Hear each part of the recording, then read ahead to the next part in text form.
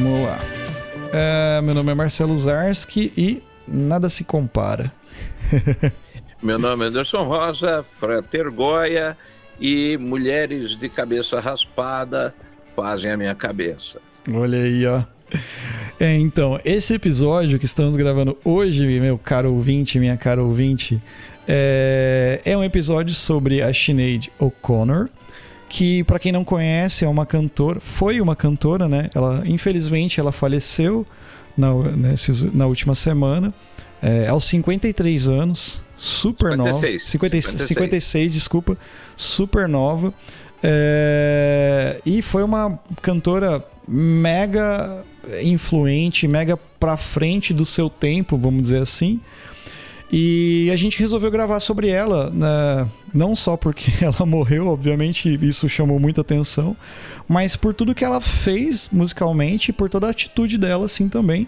Então, para você que não conhece, a gente vai estar falando um pouquinho sobre ela logo após a nossa vinheta.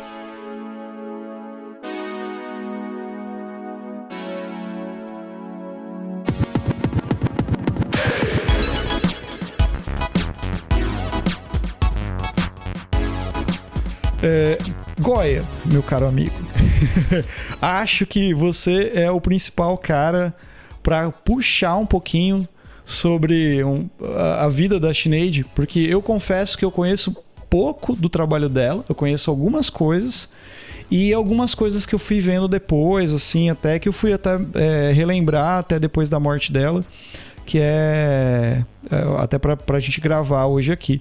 Então acho que é legal você puxar a fila. Beleza. Bom, cara, antes de mais nada, assim, ela é só 3 anos mais velha do que eu. E então, portanto, assim, a gente é da mesma geração, eu e a Sinead, e ela fez parte, assim, da minha adolescência. E ela foi uma pessoa muito importante no período em que ela despontou, né, que foi ali 86, 87, né, porque ela representou toda uma revolução de comportamento, né? Então você já tinha ali os movimentos punk, que já estava meio morrendo, você tinha aí aquele punk gótico com The Cure e tudo mais, e a Sinead, ela vem na mesma leva ali, que vai pegar The Smiths, né, que pegou Legião Urbana, ela vai pegar essa mesma geração, né? Acho que The Smiths estourou inclusive um pouco antes do que ela aqui, né? Eu tô comentando, né, do The Smiths, porque eles estouraram mais ou menos no mesmo período, né, e vinha com um grande movimento, isso aí, inclusive o próprio Legião Urbana teve muita influência, né, do The Smiths e tal. Então, só que eles foram uma banda que, por exemplo, eles saíram no mercado em 87, e a Sinead entrou em, acho que 86, por aí, se não me engano, que ela começou. Então, eles foram contemporâneos por um tempo e representou uma mudança, porque você tinha o movimento punk como movimento principalmente de boutique, né, do Malcolm McDowell. Até valeria a pena uma hora a gente conversar um pouco mais sobre o movimento punk. Sim. E daí você tinha o pessoal entrando no movimento gótico, movimento skinhead. Só que ao mesmo tempo, assim, enquanto você tinha bandas que nem o Queen, que aqui não era tão abertamente, escrachadamente tida como banda gay, quando chega, por exemplo, o The Smiths, os caras já chegam com o pé na porta, então falando de temas bem polêmicos, tal, né? E a Sinead foi uma pessoa que também, ela chegou meio com o pé na porta, porque a gente estava ali naquele movimento, finalzinho do movimento New Wave e tudo mais, e ela vem já carecona, né, com um discurso bem radical, né? Nessa época também você tinha saindo de cena e também entrando com esse pique radical Culture Club, com Boy George, né? Que também ele tinha um visual hiper andrógeno, e aí quando chegou nesse período aí que entrou a China, ele também apareceu de cabeça raspada. Então foi um pessoal assim bem contra a cultura, principalmente contra a cultura de massa, sabe? Então foi um pessoal que fez assim toda uma diferença, né? Ela não ficou tão conhecida nos primeiros trabalhos dela. Ela teve o primeiro disco que chamava O Leão e a Cobra, The Lion and the Cobra. De 87, né? Em 87. Mas não era assim, não chegou a ser um grande disco. Ela já apareceu, mas não era um grande disco, né? E aí ela estoura mesmo com o segundo disco, I Do Not Want What I Haven't Got, né, de 1990, que começa, que tem a música Nothing Compares to You. Esta música, ela, na realidade, ela foi composta pelo Prince, e ela chegou a ser gravada anteriormente pela banda dele, né, que era, acho que é The Family, não é isso? Eu não tô ligado. Eu não tenho bem certeza. Eu acho que é a banda The Family, que aí ele não estourou, né? E daí estourou na voz dela, pela interpretação.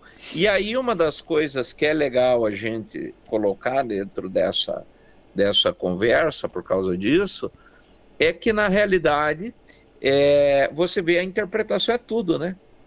Então, por exemplo, há uma música que tocou, você não pode dizer que o Prince não era um grande músico, que ele não tinha uma grande banda, que ele não era competente no que ele fazia. Ele era, né? Só que não chegou a ser tão famosa a música na mão dele, e quando ela deu a leitura dela da música, ela mudou totalmente a cara dessa faixa. E daí ela estourou no mundo pop e tudo mais.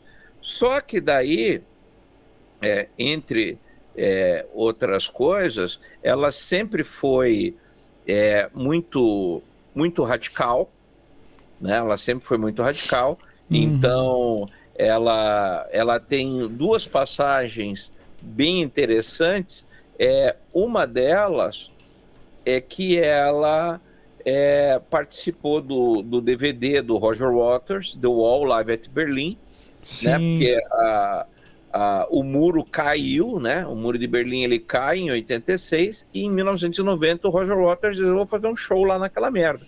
E daí ele convida Scorpions, convida um monte de gente, e ela tá no meio. Uma galera. É aquele show que tem a gravação da Cyndi Lauper cantando Another Brick in the Wall, né? Isso, é Cyndi Lauper cantando Another Brick in the Wall. Brian Adams. Uma galera mesmo. Scorpions, né? Que acho que vai tocar finais, se não me engano. E ela, se não me engano, ela toca Mother. Ela canta Mother, exatamente. Mother, né? Depois eu tenho uma parada pra falar um pouco sobre isso também, cara, que é interessante, mas eu vou deixar você concluir. Não, mas pode falar. Então é porque assim, eu tava... pra gente gravar, eu fui...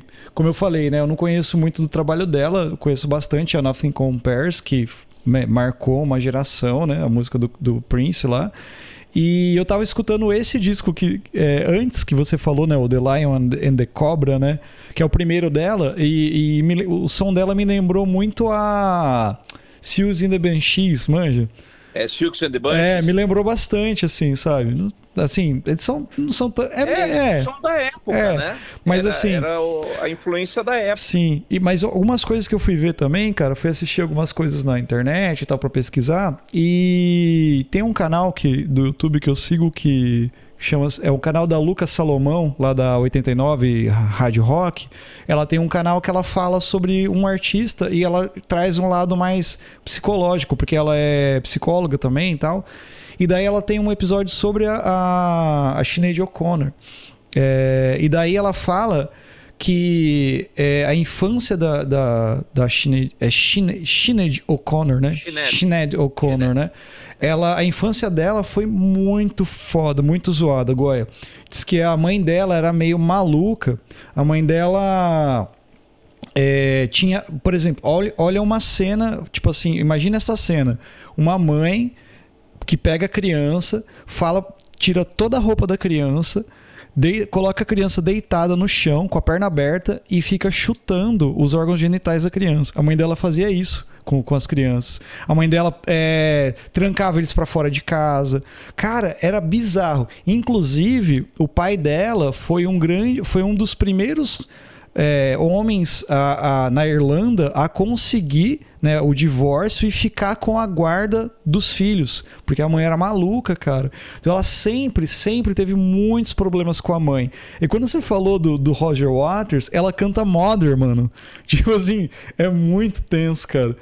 E inclusive, se você lê a letra do Mother, ela é sobre isso, né? Uma mãe abusiva. Sim. Né? A letra do The Wall, né? Sim. Ela fala de uma mãe que ela começa como uma mãe coruja, e a última linha, né? O último verso da música, ele pergunta, né? Mãe, você precisava pegar tão pesado? Então. Né? A hora que você falou, velho, eu falei, caraca, mano, olha que foda, cara.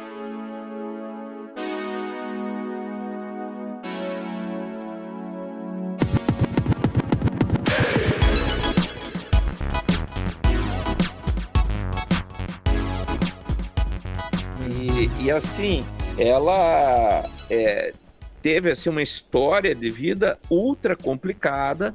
Ela, inclusive, agora a gente fala depois, um pouquinho mais, mas faz 1 ano e meio que faleceu o filho dela, de 17 anos, né? Então ela perdeu um filho recente, assim, que ela tinha uma baita de uma ligação, então, assim, ela já vinha de um histórico de depressão ferrado, né? Inclusive, tem alguns anos, eu até tinha passado para a Vivian, um vídeo dela comentando sobre depressão e que ela ficou bem isoladona um tempão, que ninguém tinha contato com ela, e daí ela apareceu e falando, olha, vocês não têm ideia do que é depressão, vocês não sabem o quanto é difícil para alguém que trabalha como um artista, né, ser depressivo, e daí você você sofrer com a depressão e não ter apoio, não ter ajuda, você não sabe, você não consegue sair sozinho. Então ela comentou, tem um videozinho dela, até acho que se o pessoal procurar, deve encontrar no YouTube, ela comentando sobre a batalha dela com a depressão, né? E ela foi, se não me engano, ali no começo da igreja, em 1990 ali, ela chegou a ser sacerdote, né? Ela foi ordenada como sacerdote pela Igreja Católica Ortodoxa Irlandesa, que não tem a ver com a Igreja Católica Apostólica Romana, né? ICAR, né?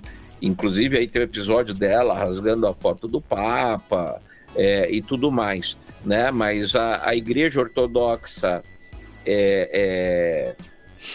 irlandesa, ela ordena mulheres, né? Ela é um braço ali, ela tem uma influência também da igreja anglicana, e ela foi ordenada, né, sacerdotisa, né, dessa igreja, né? E ela se tornou, né, sacerdotisa, e foi assim super interessante. E a Igreja Católica, né, ela teve aí o rompimento com o Papa. Inclusive ela foi no programa Saturday Night Live, onde ela rasga a foto do Papa ao vivo, né, para mostrar o descontentamento dela, né? Isso deu um puta rebu na época, pouca gente sabe disso. Isso foi já em 92, isso foi um protesto dela contra o abuso de menores, que a Igreja Católica sempre fazia de tudo para esconder. Então no programa ela canta a música War, do Bob Marley, e daí no final ela rasga a foto do João Paulo II, né? Isso deu o que falar na época, E, se não me engano, depois ela ainda se converte de novo ao Islã, se não me engano, em 2018. Sim. Que aí ela muda de nome, né, que vai ficar Shurrada David, né, que é o nome islâmico dela. Inclusive agora, na morte dela, acho que hoje ontem o Cat Stevens, né, ele falou a respeito, né, e o Suf, o Cat Stevens agora é o Suf Islam, não é? É isso mesmo. Ele fez, mas eles são daquele movimento islâmico lá americano, que nem era o Malcolm X, né? Não é bem. É uma versão americanizada, né? Eu não sei direito, mano, como que é, mas eu acho que é isso mesmo que você tá falando, cara. É porque aí isso já entraria numa outra parada para explicar. Porque, na realidade, você tem vários movimentos que surgem perennialistas ali no final dos anos 60 nos Estados Unidos, e muitos veem o Islã como uma forma de rebeldia, né, contra um cristianismo institucionalizado, né? E aí o pessoal usa como forma de rebeldia. Então você tem lá o Muhammad Ali, né, o Cassius Clay, que se transforma em Muhammad Ali, você tem Malcolm X, então você tem o Cat Stevens, né? Então você tem toda uma galera que vai para esse lado, mas não é bem islâmico, né? Inclusive tem uma série chamada, acho que o Rei do Harlem, ou o Poderoso Chefão do Harlem, uma coisa assim, e ele conta a história do Malcolm X. É muito boa essa série, e ali você vê bem isso, que quando o Malcolm X vai, por exemplo, para o Cairo, que ele vai conhecer a Meca e tudo mais, que ele vai lá para conhecer, para a cidade de Meca, ele começa a ver o comportamento, ele fala, mas o que vocês estão fazendo? Ele falou, aí o cara fala, esse é o verdadeiro Islã, seja bem-vindo. Aí ele tem um choque assim, cultural em cima disso, né? Mas enfim, ela vai para essa vertente aí islâmica, né? Agora em 2018, acho que inclusive para estar nessa coisa de saída da depressão e tudo mais, né? Então ela foi uma pessoa assim que passou uma vida muito sofrida, né, cara? É verdade. Entende? Ela foi uma pessoa que, na realidade, ela nunca se achou no mundo. É uma pena. Sim. Talvez até... Quando que foi que ela apareceu na internet, chorando, pedindo, tipo, ajuda? Foi recente, né, cara? Você lembra? Foi, acho que foi nesse período... de 2018, 2019, se não me engano. Que ela gravou um vídeo, ela disse que parece que a família abandonou ela, alguma coisa assim e tal. Mas eu não sei a causa da morte dela, né? Mas às vezes é até tipo, sei lá, né? Depressão, alguma coisa também. Não sei se ela cometeu suicídio ou não, mas não foi revelado, eu não sei, não achei nada sobre a causa da morte. Mas, sei lá. Ela fez um vídeo em 2017, esse vídeo da depressão é 2017. Sim. Né? E o filho morreu agora em 2022. Faz pouco tempo, né? Um ano e meio só. Parece que o filho foi encontrado morto, né? Alguma coisa assim, pelo que eu tava vendo aqui. Ele tava internado para tratar num quadro de depressão e... sei lá.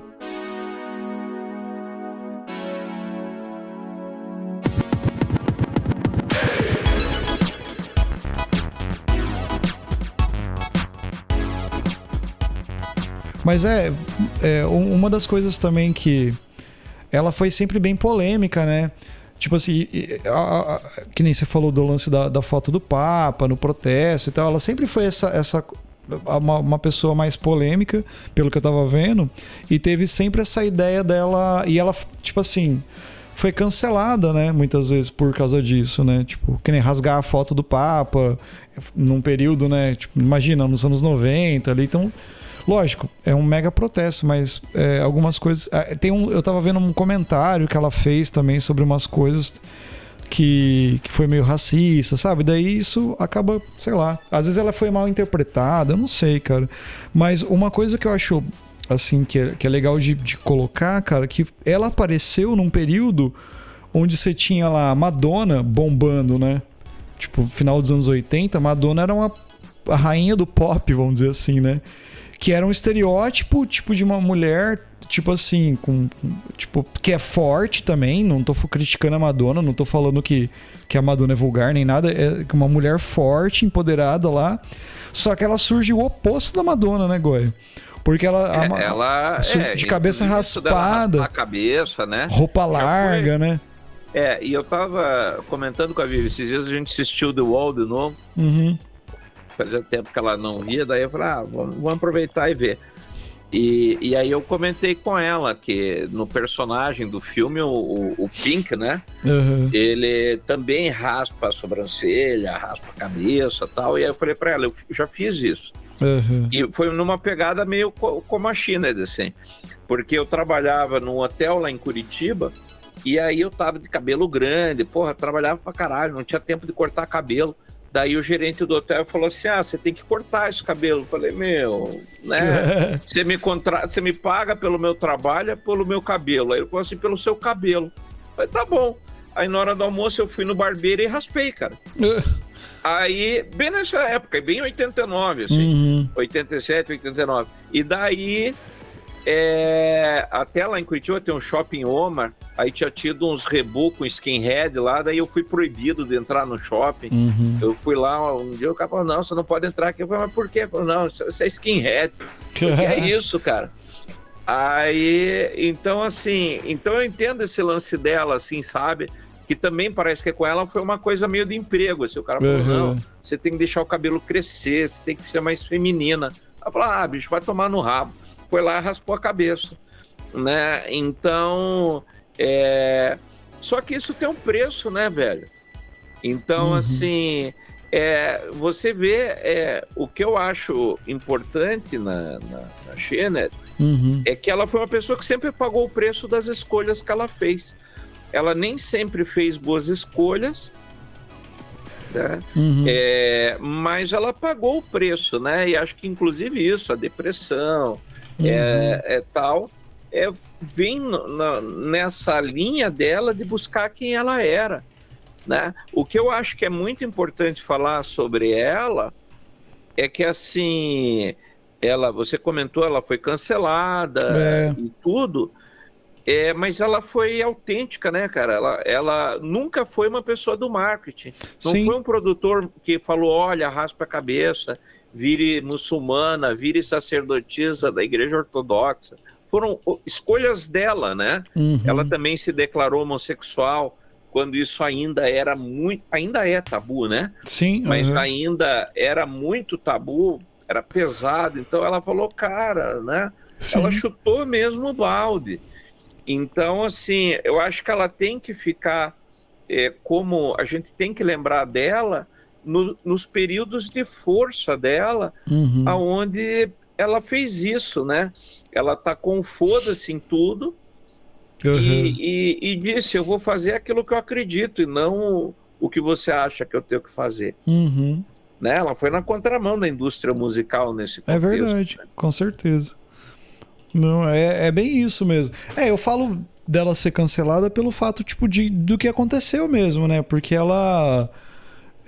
as portas se fecharam pra ela por causa de algumas atitudes dela, mas que nem você falou, ela foi super autêntica e tipo assim, não acho que ela fez nada de errado. Tipo, ela simplesmente... tipo assim, isso acontece, né, cara? Tipo, hoje em dia, se você fala qualquer coisa que talvez é mal interpretado, ou sei lá, a galera já cai matando em cima, né? Tudo bem, né? Não tô passando pano pra ninguém, mas seria mais ou menos esse pensamento, né? E sei lá, que nem eu te falei, eu conheço bem pouco do trabalho dela, assim. Eu vi algumas coisas, assim. Ela chegou a cantar, né? Don't Cry For Me, Argentina. Sim. Ela fez umas versões legais, assim. Acho que ela também chegou a gravar com o Peter Gabriel, né? Pô, ela era uma artista foda, assim. Que nem eu falei, tipo, a Suzy and the Banshees lá, a sonoridade no começo me lembra um pouco ela, né, assim.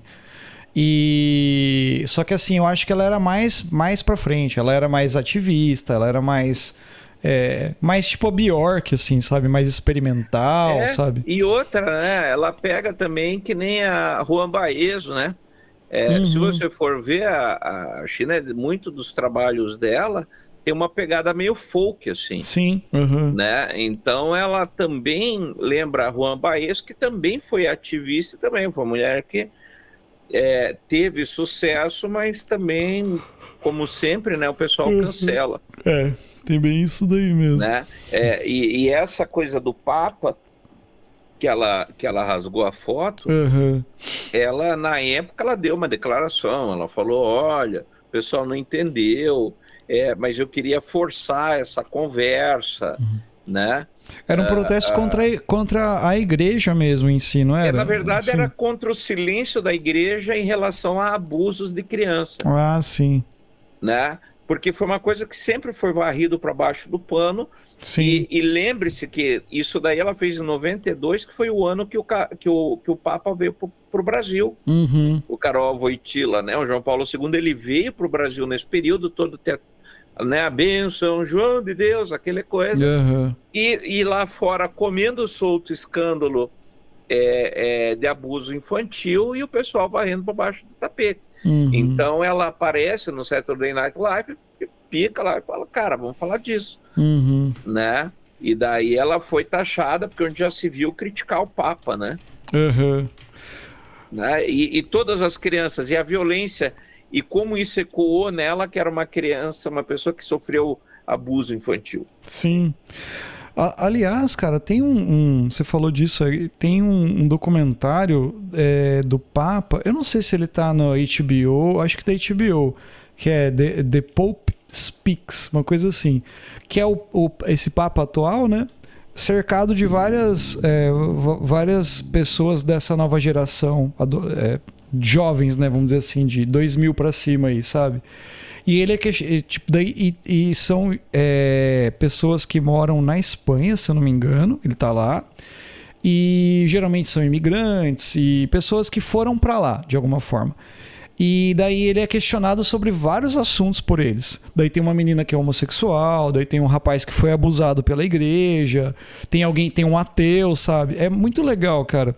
E ele é questionado sobre esse assunto aí, cara. Por que a igreja se calou, né? Por que a igreja não faz nada? Daí ele fala algumas coisas lá sobre... o que está sendo feito, sabe? Ele comenta algumas coisas. É bem interessante. Você falou, eu me lembrei disso aí. Eu assisti. Acho que é isso. The Pope Speaks, ou puta, eu não vou lembrar agora. Deixa eu ver. The Pope Answers. The Pope Answers. O nome do documentário. The Pope Answers. Eu acho que é do HBO ou do Star Plus. Eu não vou saber agora. Mas é The Pope Answers. É bem legal, cara. The Pope Answers. O documentário... É tipo a galera sabatinando o Papa. É tipo isso. Mas é legal porque, cara, é umas perguntas foda, assim, sabe? E algumas ele vai bem, e algumas ele, sabe, coloca... os dogmas da igreja, assim, meio assim. Dá pra ver que, tipo assim, ele segue muito.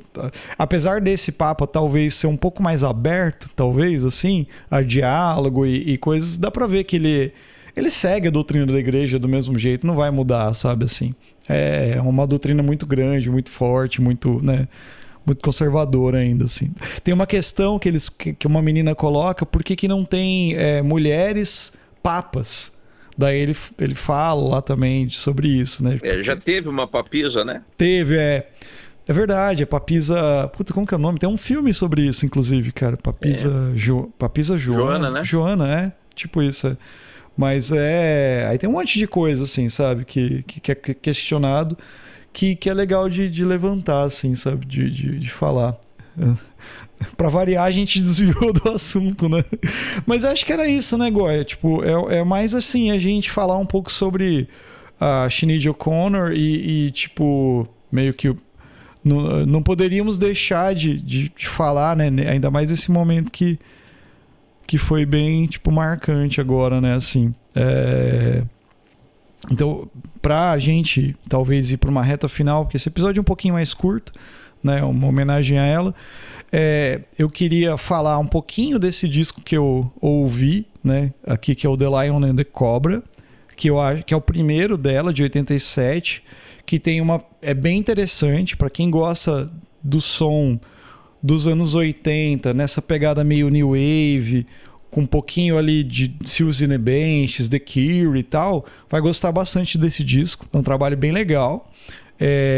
Tem umas coisas bem massa ali.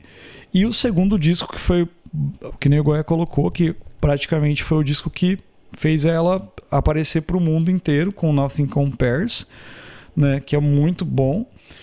E, porra, tem os trabalhos dela no The Wall do Roger Waters, que você consegue achar no YouTube, ela cantando. Aliás, o show inteiro é muito bom. O Roger Waters, como o Goya estava falando, convidou vários artistas para fazer o The Wall inteiro, né? Então tem o Scorpions tocando a primeira música. Como que é o nome da primeira do The Wall? Finais. É essa, Finais?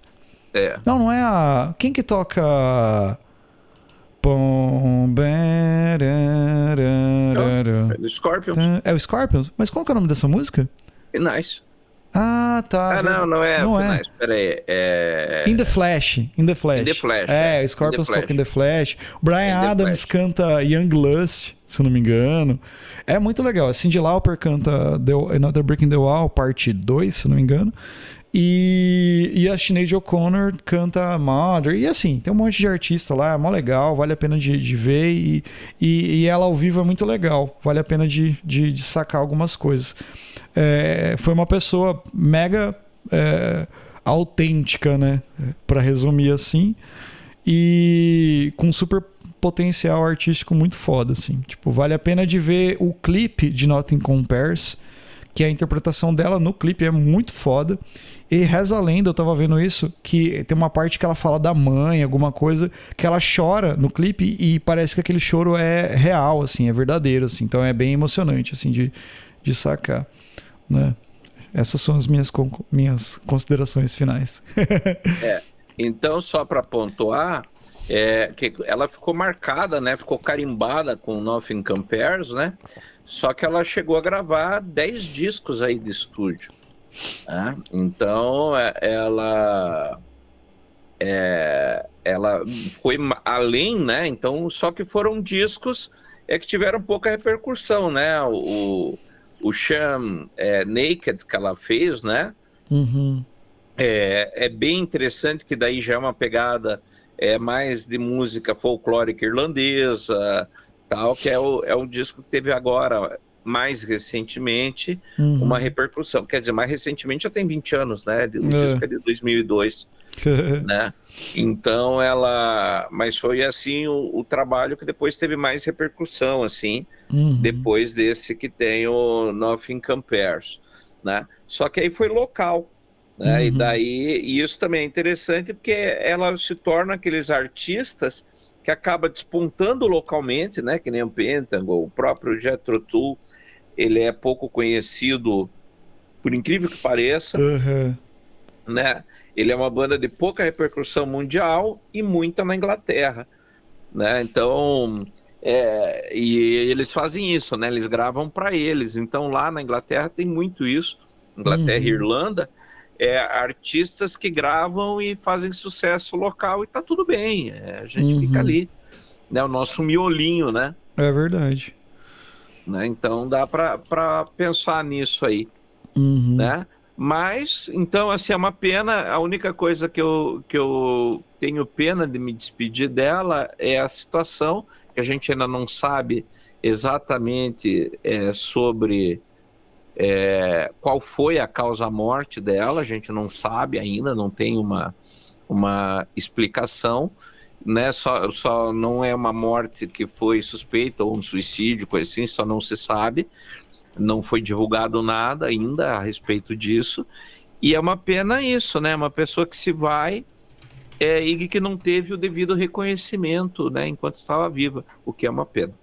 Então, com isso, eu encerro aí a minha fala nesse episódio, né, em homenagem a Sinéad O'Connor, né, uma pessoa com a qual eu tive a gratíssima oportunidade de conviver simultaneamente nesse mundo.